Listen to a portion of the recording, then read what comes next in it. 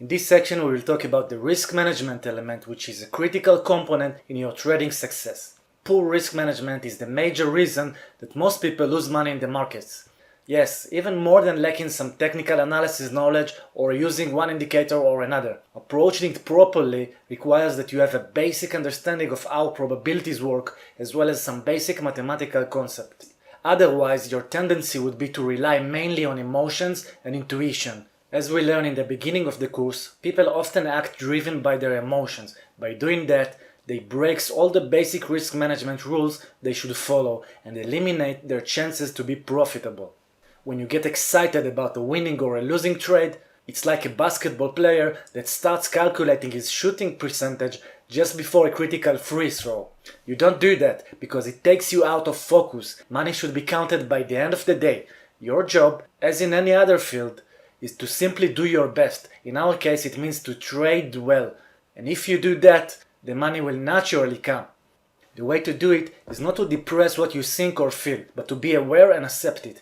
It doesn't mean that you act out of this place. It means that you know that it's there, but you choose to base your decisions, first of all, on your intellect before anything else.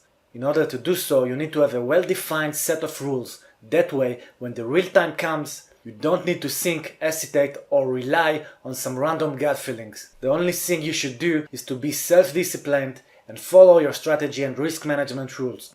I already mentioned earlier when we talked about individual psychology how most traders are not able to cut losses. They stick to their losing positions, waiting for it to reverse or at least to get back into the break-even point. On the other hand, they settle for low gains in case the market goes in their preferred direction. This is mathematically wrong and a critical mistake. There was a famous test where a group of people were asked to choose between two given options. The first one was to get 75% chance for winning $1,000 and 25% of earning nothing. And the second one was having 100% of getting $700.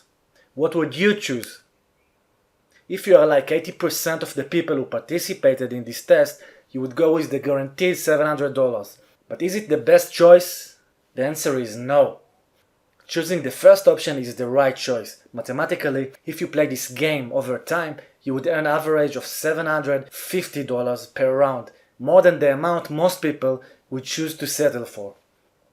Now let's go on to the second part of the test. This time, another group of people had to choose between A, 75% of losing $1,000 and 25% of losing nothing, or B, 100% of losing $700.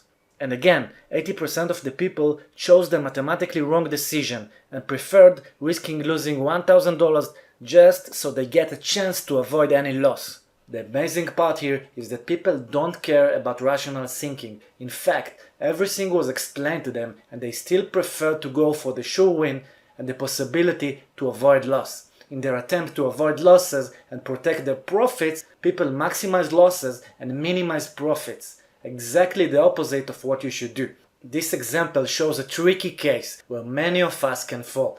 But it's a good example because it demonstrates how easy it is to get into this type of psychological traps. So the way to avoid it is to first of all educate yourself with some basic mathematical and probabilities knowledge and then get a set of rules to follow. So now we will go on and learn about probabilities.